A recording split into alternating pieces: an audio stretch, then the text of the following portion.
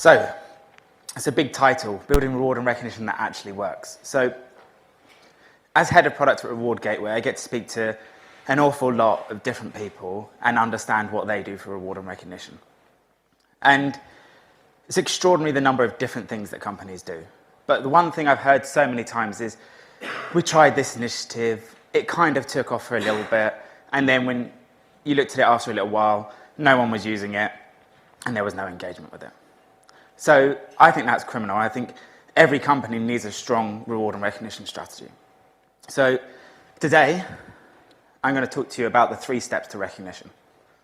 So for those of you who are slightly perceptive, you'll have noticed it's just recognition. To me, reward is something separate. And we always talk about R&R, reward and recognition, because it might have some kind of financial impact. But I think the 2 things are separate concepts. For me, recognition is all about employee engagement. And like Tracy was talking about earlier, employee engagement is what Reward Gateway is all about. It's what we're passionate about. It's what personally I'm passionate about. Tracy is also. And it's so important to everything that we do. If you can build genuine employee engagement, you can transform your companies. You can make a complete step change and a complete difference in everything that you actually achieve and everything that you do with your company. So I was actually thinking about employee engagement and why is that so important. And I have a slightly different way of visualizing it to Tracy. So if you imagine someone at, I don't know, say DHL, a company like that, and I don't know what their official company mission is, but say their company mission is creating happiness through delivering parcels. Now, if people genuinely believe in that, and they want to build towards that, and they feel engaged into that whole mission, then someone who's sitting in a factory loading parcels onto a truck somewhere isn't going to throw them onto the truck and break everything, because they're going to care. They're going to think about that. So just small differences like that. It's not about, as Tracy said, unlocking discretionary effort. It's about making those small changes that build a completely different work environment. And I have a similar way of displaying it. So it's a pyramid of employee engagement, which actually comes from a book called Peak by Chip Conley. It's one that we use often, so if you want a copy, you can send us an email and we're more than happy to send one out. It's a great book, and it talks about how do you engage employees. So the base of that is money, and that might be reward, it might be benefits, it might be everything. It's really important. No one's going to lie. If you're going to work for 30,000 instead of 60,000, that's not good. But it doesn't create engagement. On top of that, you have recognition. So it's the second stage of engagement. If people feel recognized and they feel rewarded, then you're quite a long way along the road to creating fully engaged employees. But if you want to take it to the next step, you also have to have meaning. And I'm going to explain to you today how I think as well that you can actually build meaning with recognition. So the 2 things can become related, and you can actually justify both through one simple process. And I think that's really important, because if you do have meaning, you'll have engaged employees, and that will transform your company. So the first step that I think is really important is reinforcing your values and goals. So every single person here who represents a company, virtually all of you, unless you're maybe 5 people, will have some form of values and goals and things that are communicated to your employees, and they'll know them with varying degrees. So here's a set of values: respect, integrity, communication, and excellence. Now, any company that followed those goals those values would probably be super successful, and they would be a great place to work. If we all respect each other, and if we have integrity, we communicate well and we strive for excellence. If we do all of those things, and we do them well, then for sure you're going to enjoy working at that place. Okay, that's not the only thing that's important, but you're going to do really well. So you would imagine a company that had those values would be somebody like Apple. It would be somebody like John Lewis, Google, the companies that we know are poster boys for engagement, Zappos in America perhaps. They're actually the values of Enron. Company that the directors were upstairs shredding documents. That was actually displayed in the foyer of their company. It was supposed to be their mission. They were supposed to have integrity. They were supposed to be doing all of those things. However, it wasn't ingrained into the company culture. It wasn't real. It was a facade. And that's why it's so important that you do build that. Because if I get recognized for the right value, then that's important. So imagine your sales guy goes out and he makes a sale to somebody for vastly over the price. So you have a book price and he charges too much. And he sells things that you don't do. That happens in companies.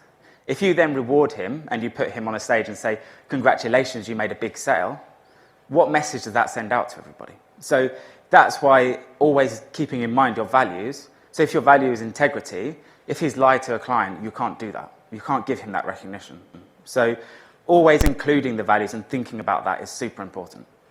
It's the cornerstone of it. It's the number one most important thing. So in Reward Gateway's own products that we offer, for example, in e-cards, we normally encourage you to make the e-cards all about the values. So when you send something, it has the value on there and you describe why the behavior that person did meets the value. And it just reinforces through the company, this is what we value in people.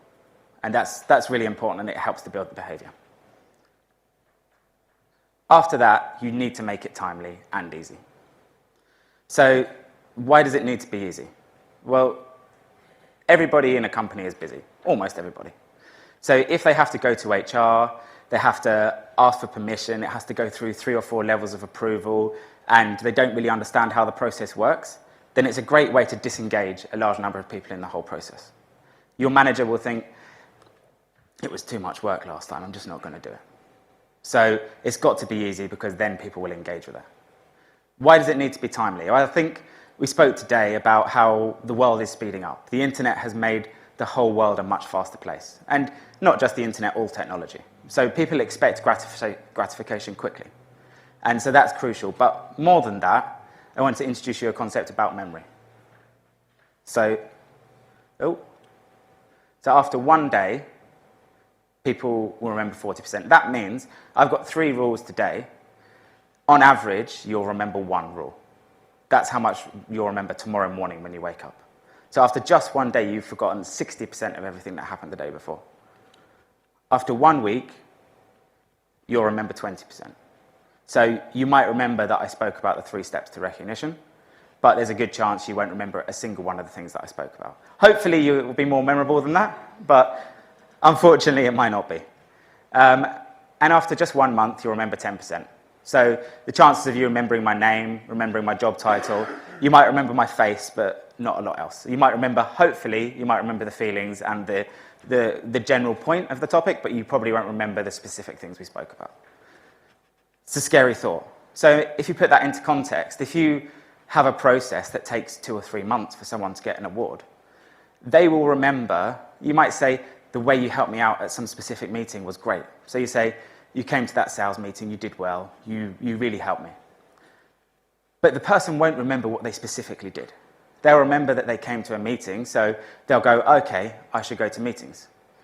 But imagine if actually what you did was within an hour or 2 hours of doing it, you went and you gave a £20 voucher, whether that's physically or through some kind of internet solution, which is the kind of thing we do.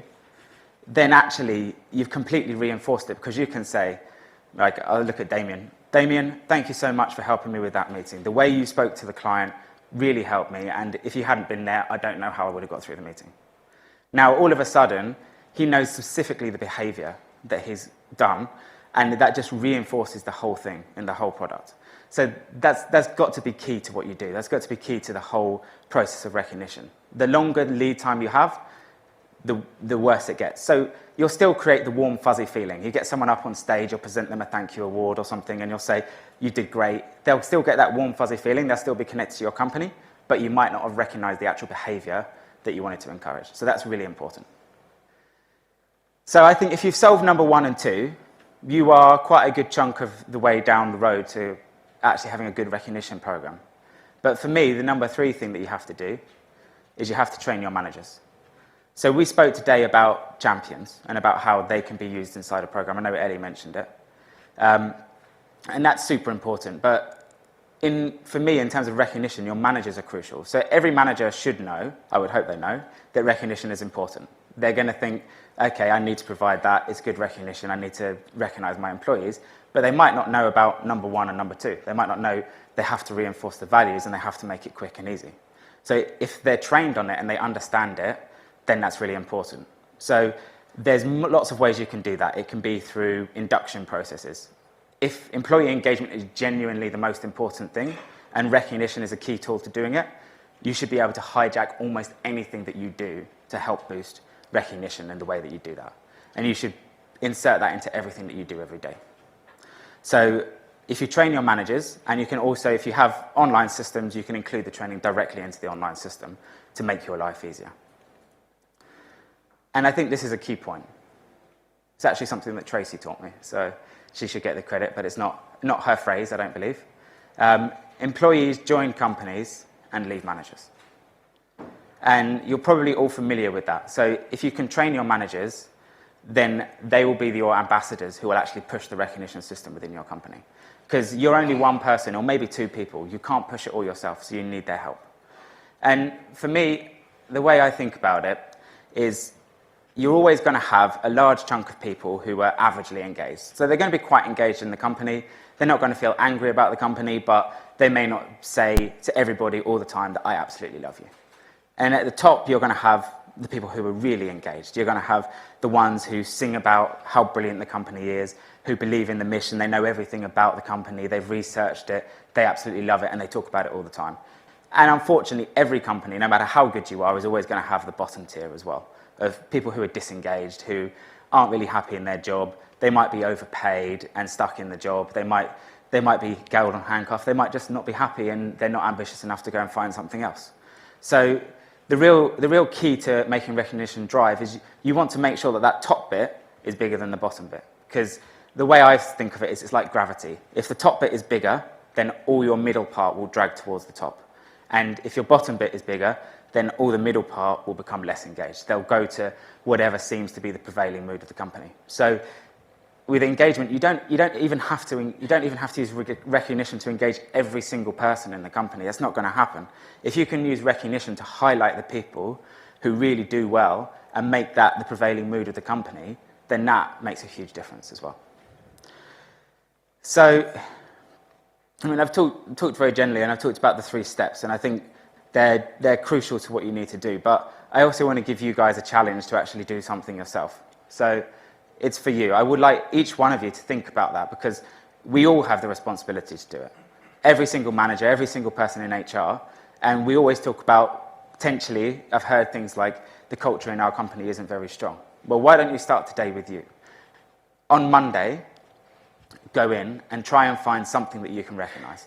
Have a look at one of your values and think about it, and try and find an employee who does anything that matches that value, and instantly just go up to them and say, thank you for doing that.